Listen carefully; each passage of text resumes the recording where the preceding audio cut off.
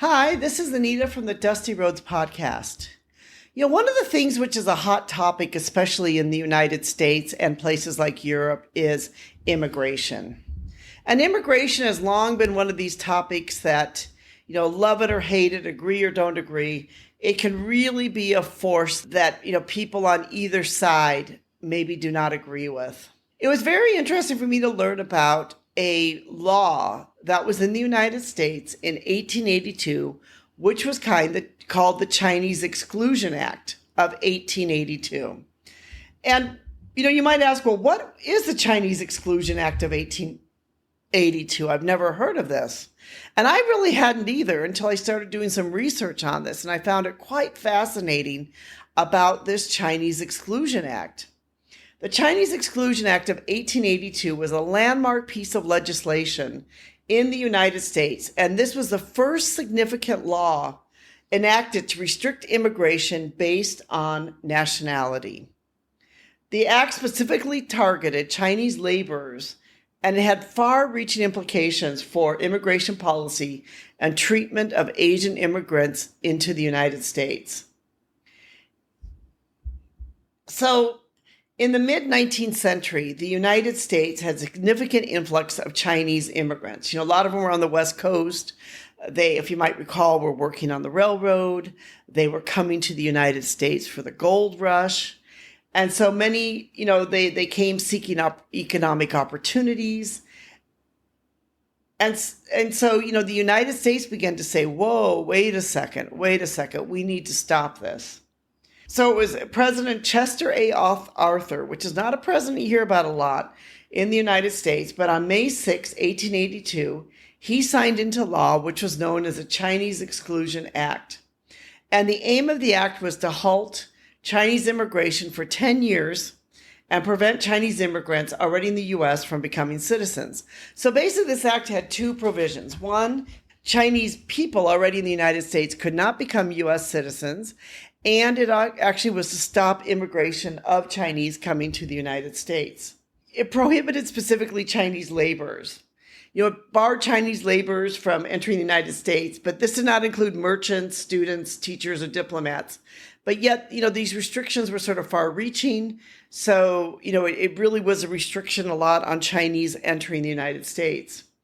They denied them citizenship. They basically said that Chinese residents were denied the right to be nationalized as U.S. citizens. This effectively would limit their rights and their integration into American society. And Chinese nationals who left the United States, any Chinese immigrants, if you were in the United States, you had a right to live, to live and to work here.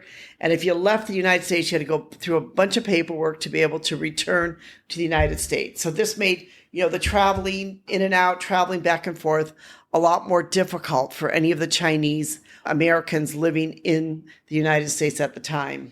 This law is interesting because it's, seen as the first law which basically was a discriminatory law against a specific race or group of people.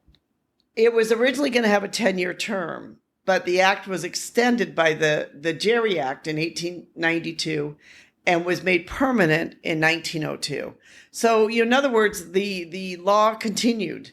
And in fact, it wasn't until the 1940s that the law was repealed. So this was a law that was, for quite many years was on the books of the United States and was an actual law against Chinese laborers being able to come to the United States. There was, rigorous documentations and checks, and became the establishment of exclusion zones where Chinese immigrants were particularly scrutinized. And so this also had an impact, too, among the Chinese that were living in America. That's one reason why things like Chinatowns were formed, because, this gave the Chinese a way to be able to band together, have some protection with each other in this, sort of group, that they could have these, sort of insular sort of Chinatowns, which were formed particularly in in places like California. And even still today, you can still go to these Chinatowns and it feels like you're walking into a completely different world.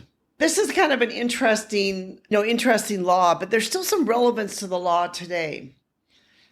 First of all, it kind of gave a foundation for the exclusionary policies. We've seen in the past where there's been some policies where maybe certain groups of people have been banned. There was under the Trump era, there was a Muslim ban. And, he wasn't really the first person to do that. You can see that this was something that had happened many, many years ago. We may further see things like this going on with immigration and immigration policies in the United States and other places going forward, as more places say, look, we cannot accept all these immigrants. We just cannot accept them into our country. So there may be some more type of exclusions like this going. What's interesting, though, about this law is that they did not even try to hide the fact of who they're excluding. They called it the Chinese Exclusion Law. So this was, a law that was basically racist and in every single way. But, America at the time saw no need to hide this racism and basically say, this is just the law that we're going to have, and we're excluding these group of people, and that's it. It's relevant today, first of all, because I think it shows the foundation of the exclusionary principles. And the other one is that there were some legal and social ramifications of the law itself. And one of the most interesting ones was a case by the United States versus Wong Kim Ark. And this has to do with the U.S. birthright citizenship. Now, U.S. birthright citizenship today is still a law that many people do not agree with. I personally myself am not in agreement with it, because if I had a child in, say, Vietnam, my child would not automatically be a Vietnamese citizen. Only in the United States, when you have a child there, is a child already, is considered a citizen. And the reason is because of this Chinese exclusion law and a court case that came about with this Chinese man, Wong, who basically, he was born in the United States and he traveled to China in 1894, but he was denied reentry into the United States. At the heart of the case was whether or not he was considered to be a U.S. citizen because he was born in the United States and was not born in China. And did the Chinese Exclusion Act, was he under that act or not? The U.S. Supreme Court's decision basically said that under the 14th Amendment, which states, all persons born or naturalized in the United States are citizens of the United States, of the states wherein they reside. And so they affirmed that Wong was indeed an American citizen because he was born in the United States. So this established the ruling or the principle of law, which we see today with birthright citizenship. So it's interesting to note that this Chinese, Exclusion Act of 1888 really has implications today in the United States and, probably other places around the world too.